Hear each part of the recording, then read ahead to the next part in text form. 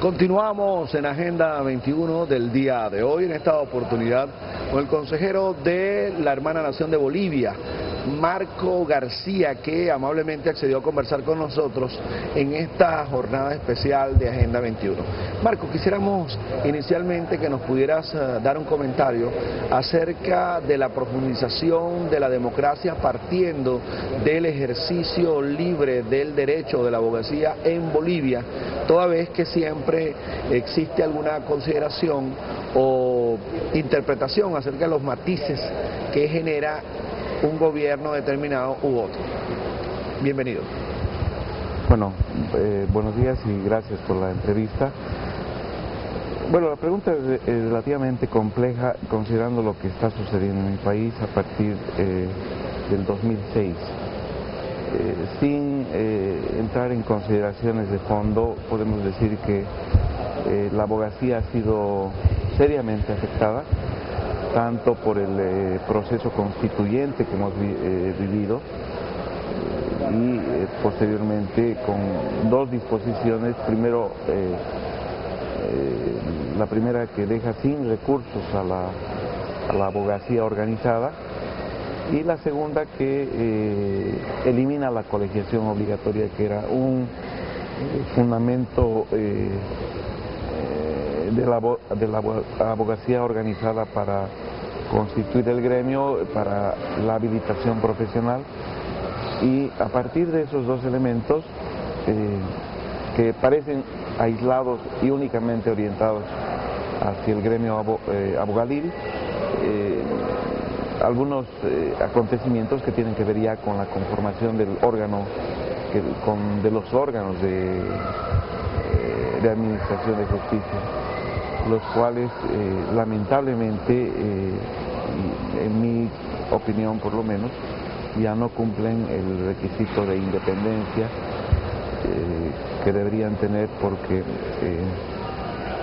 en el proceso de preselección y de selección lamentablemente no se han preseleccionado y seleccionado para su posterior elección a los profesionales más idóneos.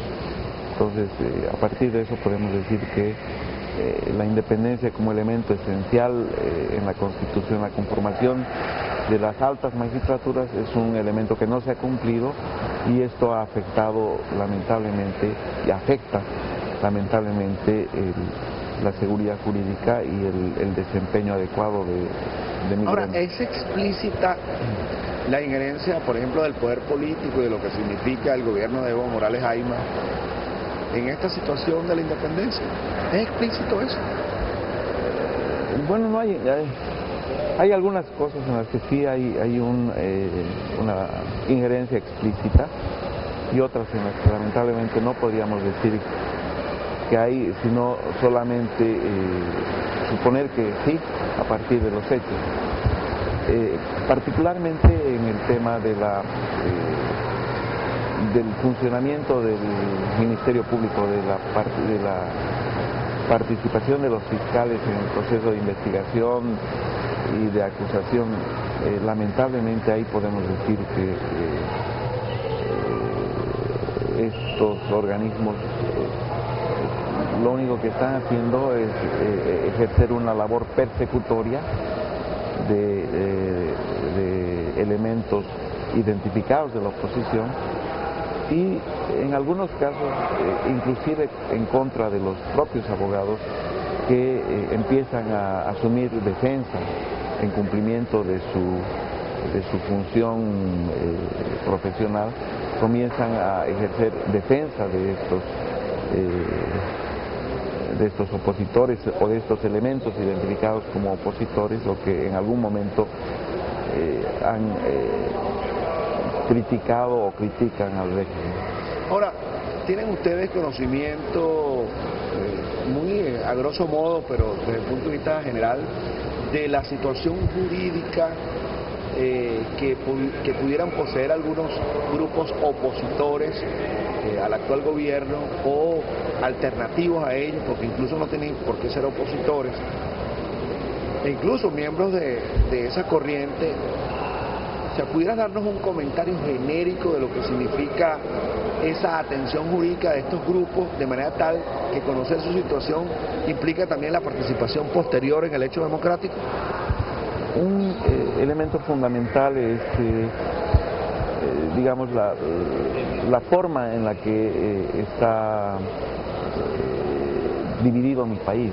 Tú sabes que mi país tiene geográficamente dos grandes sectores, el sector andino, el sector occidental y el sector de los llanos, el sector oriental.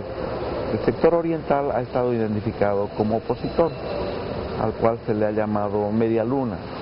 Entonces, en un momento determinado, esta media luna ejerció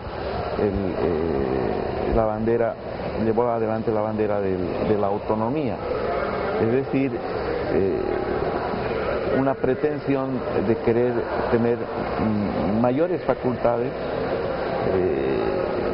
que se les otorgue mayores competencias de las que tenía en varios aspectos, la educación, la salud, etcétera, y que pueda administrar los recursos que tiene, porque en este sector oriental es donde se ubican los hidrocarburos y donde hay mayor generación de riqueza y mayor actividad económica. Entonces, estos grupos han estado liderizando este proceso autonómico, y esto de una manera sin hablar de política y exclusivamente llevando adelante el liderazgo de la autonomía ha significado. Ahora, ¿qué comentario te merece? Tengo entendido que hubo una reforma constitucional para objeto del tratamiento de los hidrocarburos en Bolivia que otorgaba mayores recursos al gobierno y al Estado propiamente dicho, para efecto, es decir, esa consideración en el sentido de cómo son tratadas ahora las transnacionales y de que el Estado se apertrechó desde el punto de vista legal para provocar mayores ganancias para el pueblo boliviano. Bueno, en realidad eso viene antes del proceso constituyente. Hay una nueva ley de hidrocarburos que facilita ese problema y por supuesto también la distribución de la renta petrolera a favor de sectores vulnerables de la sociedad, los ancianos, los niños, las mujeres embarazadas, de manera que... Sí, que no es una iniciativa de Evo Morales y de su equipo. Es una iniciativa, creo, del pueblo boliviano que viene antes del proceso constituyente y que lo único que tiene que hacer, digamos, el proceso constituyente es incorporarlo en la Constitución, pero incluso va mucho más allá porque aparentemente el proceso está encaminado a que el único que puede realizar actividades de toda naturaleza y especialmente la explotación de recursos naturales es el Estado, eliminando cualquier iniciativa privada. Ahora, explícanos o refrescanos el tema de la reelección presidencial en Bolivia. ¿Qué dice la norma? ¿Qué dice la Constitución? ¿Hay una revisión de eso?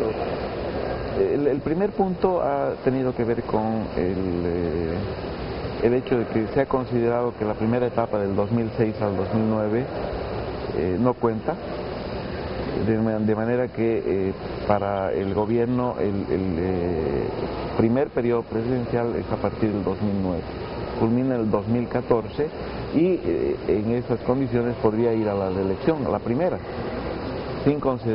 sin tomar en cuenta el periodo anterior a la Constitución, que parte de enero del 2009. Marco, tengo que hacer el corte ahora en el programa, pero al regreso quisiera que nos ayudaras a dilucidar una inquietud que tenemos, el hecho de la consideración del lenguaje materno, de la posibilidad del lenguaje oficial, si los abogados en Bolivia deben hacer uso de esa idea idiosincrática del manejo del lenguaje y del manejo discursivo en razón de esas lenguas que coexisten en Bolivia.